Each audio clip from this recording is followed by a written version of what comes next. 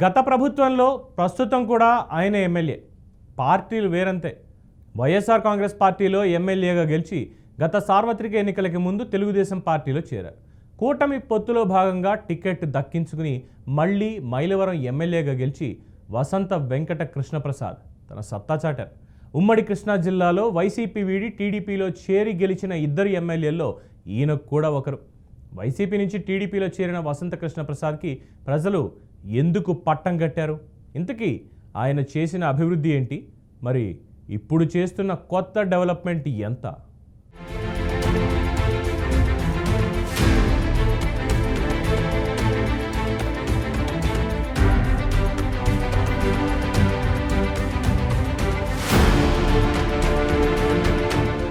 Congress party ద్వారా వసంత వెంకట కృష్ణ ప్రసాద్ రాజకీయ ప్రస్థానం మొదలుపెట్టారు.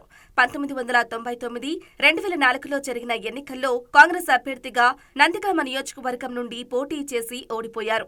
2005లో జిల్లా సహకార కేంద్ర బ్యాంకు చైర్మన్ గా, ఆప్కాబ్ చైర్మన్ గా, జాతీయ స్థాయిలో నాప్కాబ్ వైస్ చైర్మన్ గా పనిచేశారు. తెలంగాణ ఉద్యమ సమయంలో సమైకాంధ్రకు మద్దతుగా ఆప్కాబ్ చైర్మన్ పదవికి రాజీనామా చేశారు. ఆ తర్వాత జరిగిన పరిణామాలతో వసంత వెంకట కృష్ణ ప్రసాద్ 2014లో తెలుగుదేశం పార్టీలో చేరి ఎన్నికల్లో నందిగామ నియోజకవర్గం నుండి టీడీపీ అభ్యర్థి తంగిరాల ప్రభాకర్ రావు గెలుపులో కీలకంగా వ్యవహరించారు.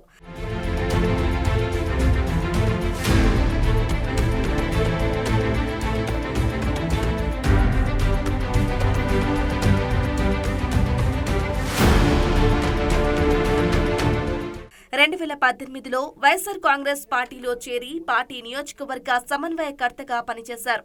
2019లో జరిగిన అసెంబ్లీ ఎన్నికల్లో మైలవరం నియోజకవర్గం నుండి వైసీపీ అభ్యర్థిగా పోటీ చేసి టీడీపీ అభ్యర్థి దేవినేని ఉమాపై వసంత వెంకట కృష్ణ ప్రసాద్ గెలిచి తొలిసారి ఎమ్మెల్యేగా అసెంబ్లీకి ఎన్నికయ్యారు. ఆ తరువాత వసంత వెంకట కృష్ణ ప్రసాద్ 2024 మార్చి 2న టీడీపీ అధ్యక్షుడు చంద్రబాబు సమక్షంలో తెలుగుదేశం పార్టీలో చేరారు.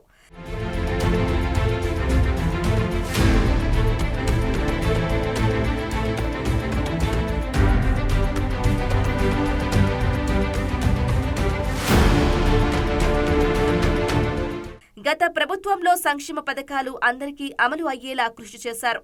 కొండపల్లిని మున్సిపాలిటీగా మార్చడంలో ముఖ్య పాత్ర పోషించాడు. వైసీపీ కార్యకర్తలు, నాయకులను సమన్వయం చేసుకుని అభివృద్ధికి కృషి చేశారు. కొండపల్లి బొమ్మలు తయారీ కార్మికులకు ముడిసరుకుల విషయంలో ఆర్థిక సాయం అందేలా తమ వంతుగా సహకారం అందించారు. రైతుల సమస్యలను తానే స్వయంగా జిల్లా కలెక్టర్ దృష్టికి తీసుకువెళ్లి పరిష్కరించారు.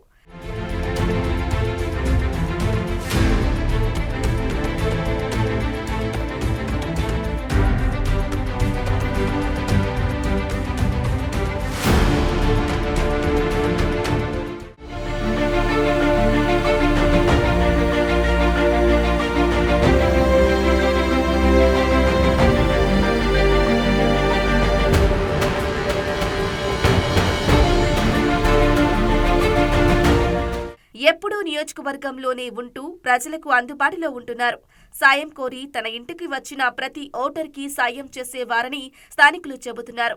గ్రామ సచివాలయాలు, రైతు భరోసా కేంద్రాలు, విలేజ్ ఆసుపత్రులు నిర్మాణం చేపట్టడంలో కీలక భూమిక పోషించారు. ప్రభుత్వ పథకాలను లబ్ధిదారులకు చేరవేయటంలో కీలక పాత్ర పోషిస్తున్నారు.